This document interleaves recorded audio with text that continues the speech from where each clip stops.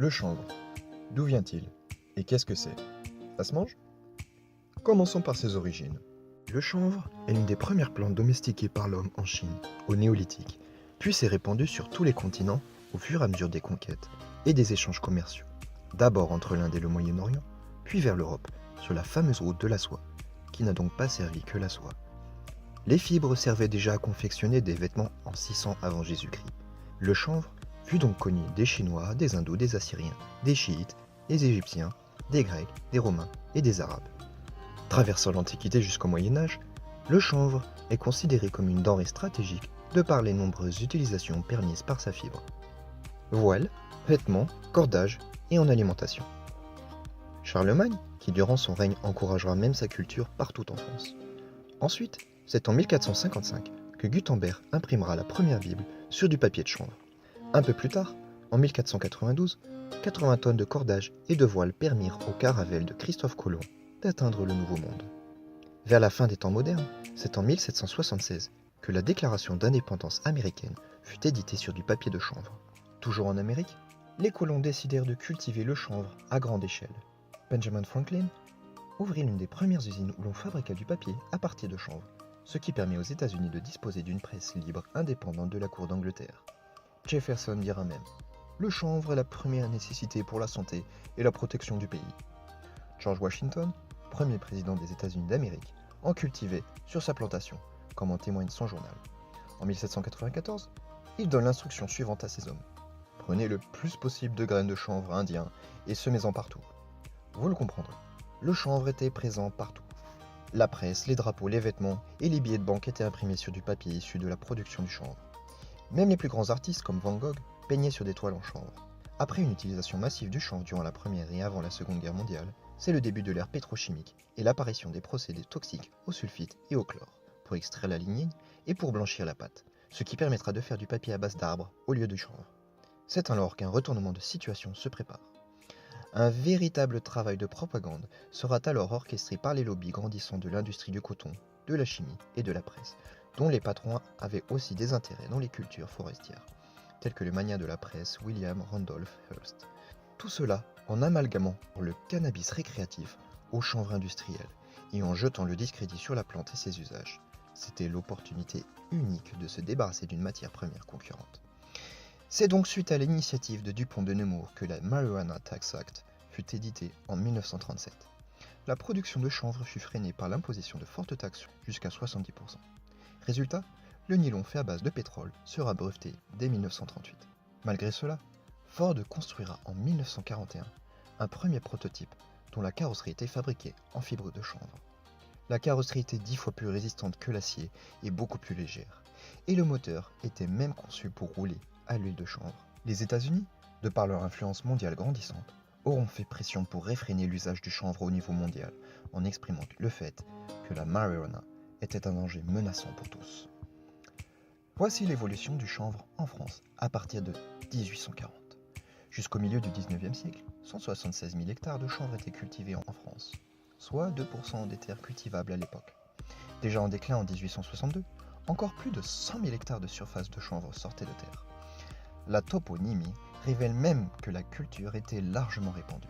Chenevière dans le Val d'Oise et dans la Marne, Chenovre en Côte d'Or, Canabols dans l'Aveyron, Canabal en Corrèze, Chanabier dans le Lot, Chanabert en Ardèche, Chanavas dans le Vaucluse et en Savoie, Chanavar dans la Loire, et ceci parmi bien d'autres. Certains blasons portent d'ailleurs très nettement le patrimoine traditionnel lié au chanvre, comme celui du Val d'Oise.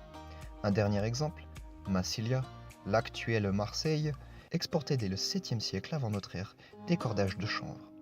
Le nom de canebière, qui a la même racine que le cannabis, rappelle l'importance de cette plante dans l'économie locale. C'est donc suite aux propagandes et aux fortes impositions de taxes que la culture traditionnelle du chanvre a déclin rapidement, pour ne compter plus que quelques centaines d'hectares en France. Mais c'est en 1988, après que la communauté européenne ait sélectionné les graines destinées à la culture industrielle, que le chanvre sera à nouveau cultivé.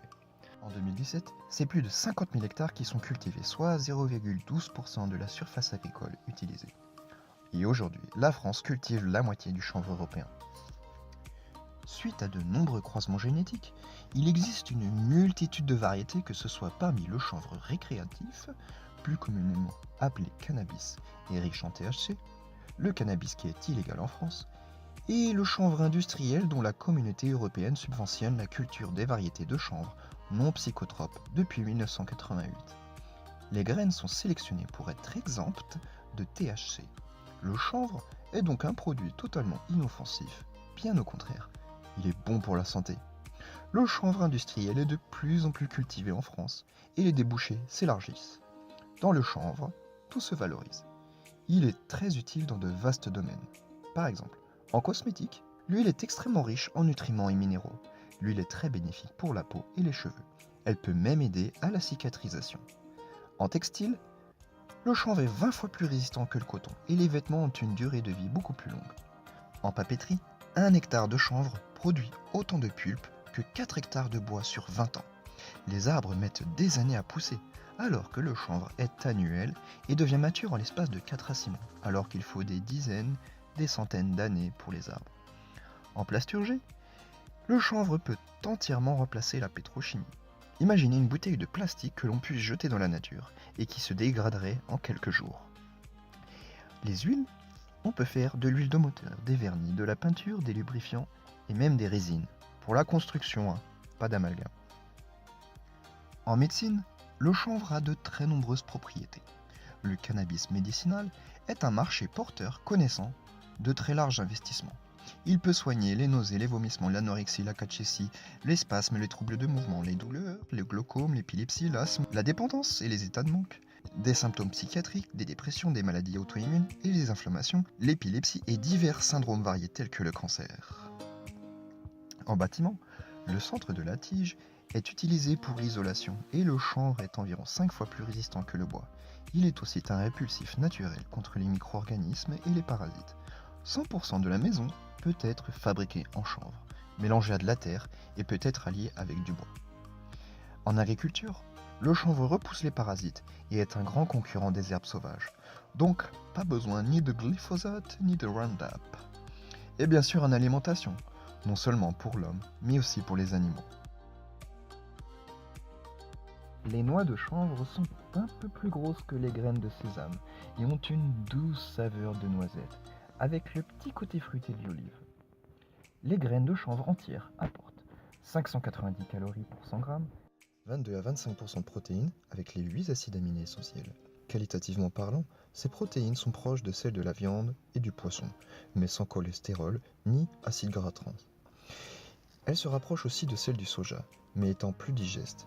25 à 34% de glucides, 30 à 34% de lipides, 35% de fibres, dont 3% de solubles qui contribuent à faire baisser notre taux de cholestérol sanguin et à ralentir l'absorption du glucose dans le sang.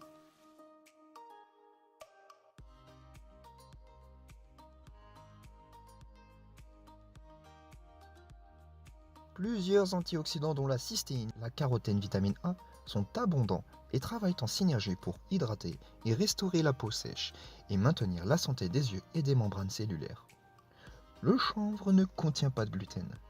Les huiles contiennent surtout des acides gras essentiels, oméga 6 et oméga 3, en proportion idéale, dont le corps a besoin pour les utiliser. Ces oméga 6 et oméga 3 travaillent en synergie et ont besoin l'un de l'autre pour être activés. Ils interviennent dans la prévention des maladies auto-immunes, de surpoids ou du cancer.